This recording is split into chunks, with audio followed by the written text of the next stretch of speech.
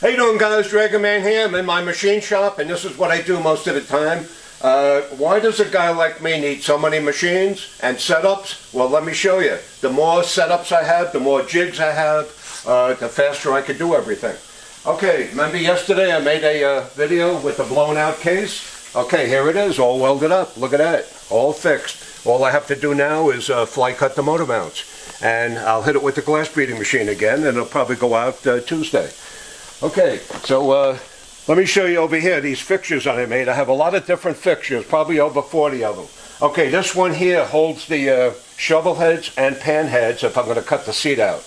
Okay, these are the nickel alloyed seats we put in. 80% nickel, hard as a rock. You can't even cut these with a torch because the gas they're selling now has too much alcohol and methanol in it, and it eats away the regular seats.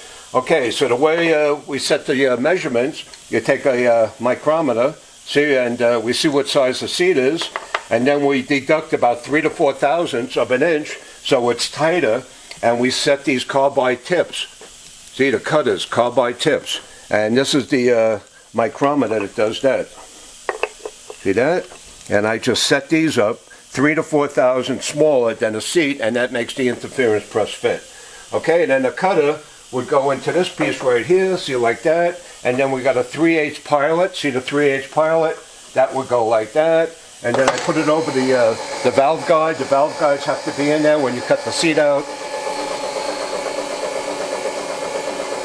And then it only takes probably about a minute and a half to nice and slow and cut the seat out. See that? So we got the jig for the shovel heads and pan heads for the intake, and this one's for the exhaust. Okay, right here, I use this machine a lot. This has 100 memories. These are some of the fixtures. I'll give you guys some tips how I do everything. Okay, let's say you have to re-sleeve the breather gear. Yeah, see that hole right there? That's exactly on top of the case where the breather gear is. Okay, so you take a dial indicator, you put this the dial indicator in the chuck, you go right around and find the circle, the middle of it. Okay, you take this off the case, and then you can take your boring bar and cut it out whatever size you want. Okay, the same thing with a pan head, shovel head, or knuckle head. Okay, see that? If I weld up the cam hole, this is going to show me where the cam hole goes. When I take this off, I could go straight down and relocate the cam hole. Or the idler shaft holes. See that? Or the breather hole. See? This is a fixture that helps me find the holes after the case is welded. Okay, let's say I have to weld up all the holes in a Sportster case. Okay, this will show me where all the Sportster cam holes go, and the idler gear hole, and the pinion shaft hole. Okay, so once you get these holes dial indicated out, you take the cover off, and you could go straight down with your flute, your cutting tip, and bore the hole out. Okay, okay, this one here shows me on a pan head and an early shovel head, generator style, where I could find the different holes. Okay, on an Evolution, if I want to find the holes after I weld up the barrel stud holes, this shows me where those holes are.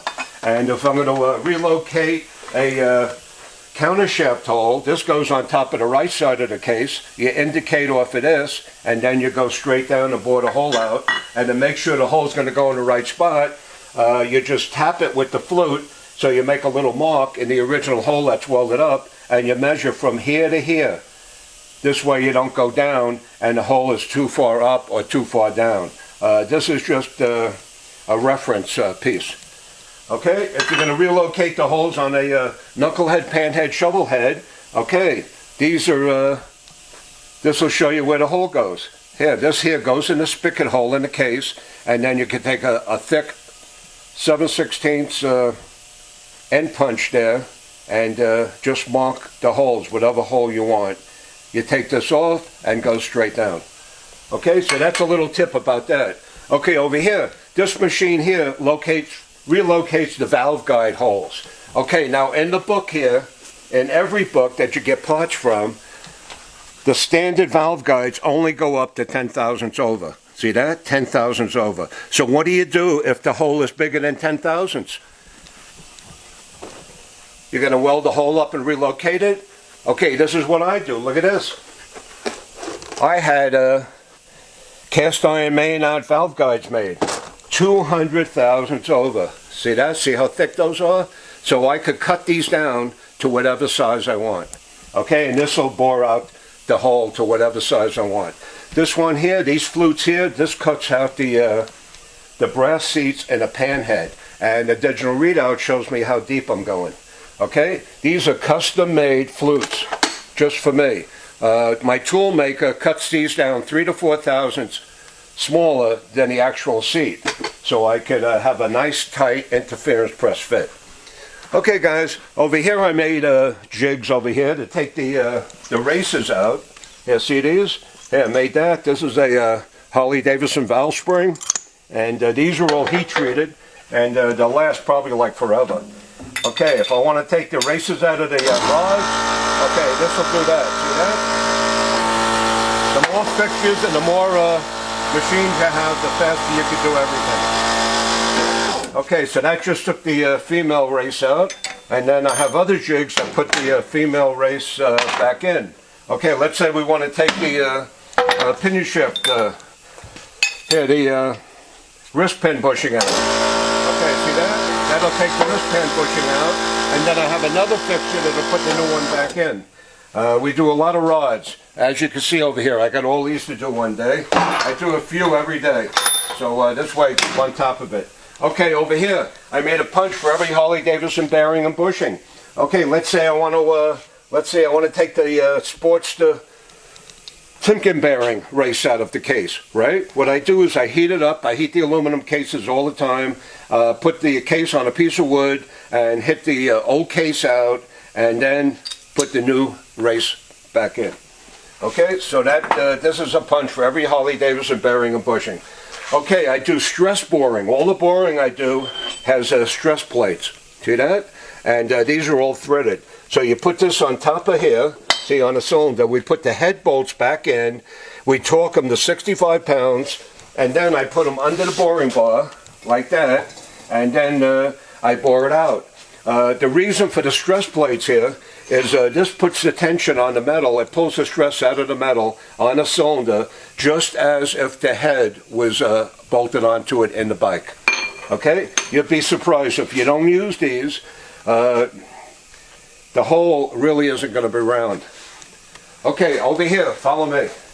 Over here I do my valve grinding. I do 30, 45, 60 degree, 3 angles in 10 minutes.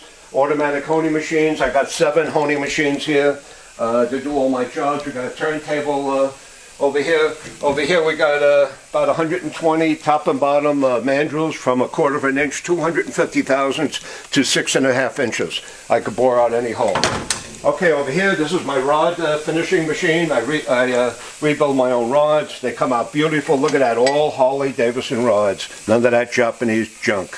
Okay, and this shows me how much is coming out of each race and bushing. Over here, turntable work. Over here, I hone out the rockers when I put new bushings in. If I have to start a motor, I got a motor testing stand. And hey, you come over here. This is pretty interesting. Okay, now if you're going to do dual spark plugs or anything, you have to have, the whole trick of doing machine work, you have to have a way to hold everything under the milling machine. So I made these fixtures years ago, and this would hold the pan head, shovel heads, and this way I could put dual spark plugs in. Yeah, see, this is all bolted on here, and let's see, this is going to go on the machine just like this. It's a tight fit.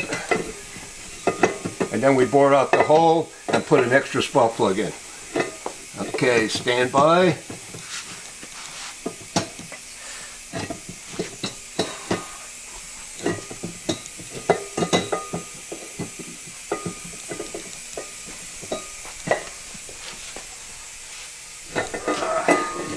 Okay, I see the problem.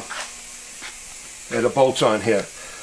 Okay, so anyway, this goes on the machine here, and I have all the tooling right here, and we bore out the hole, and then we rethread it 9/16, 14 millimeter.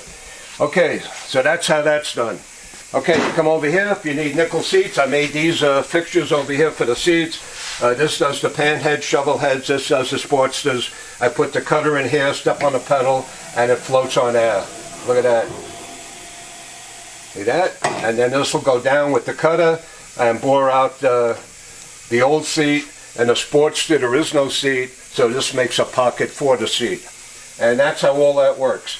Okay, one more thing I want to show you. If you guys want higher compression,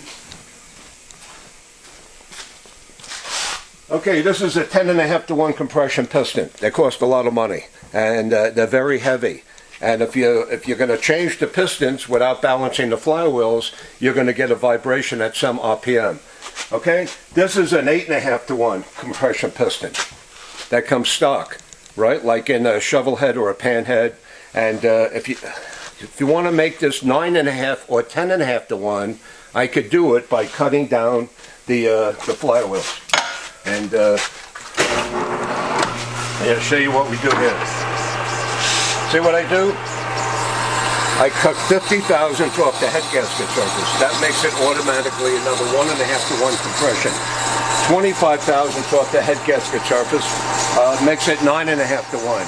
And this way you don't have to buy these expensive pistons and throw off the balancing. So I do that all the time and it works great. Okay guys, so I hope you learned a lot. Give you a few lessons here, and hope you like my videos. And if you want to know more, you could just give me a call. I'll help you on the phone. If you got any work to send me, I'm ready to do it. Send it to Dragon, 1200 Dragon Man Drive, Colorado Springs, Colorado, 80929. You want to ask me any questions? You're allowed 3 questions, or 1 stupid one. 719-683-2200. You guys have a great day. Thanks for watching.